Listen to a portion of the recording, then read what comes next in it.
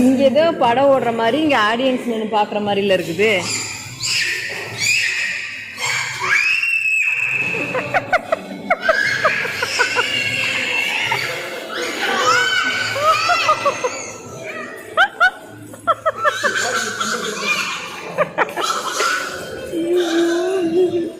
ஏ பட்டு பட்டு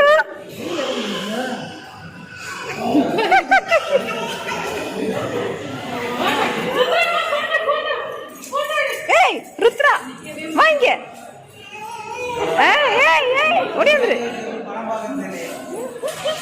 அதுதான் தெரியல, இவங்க 3 பேர்த்தையும் வச்சு எப்படி நம்ம படம் பார்க்க போறோம்னு தான் தெரியல. பாத்துருவோமான்னு தெரியல. நீ என்ன மாமா எக்ஸசைஸ் பண்ணிட்டு இருக்க?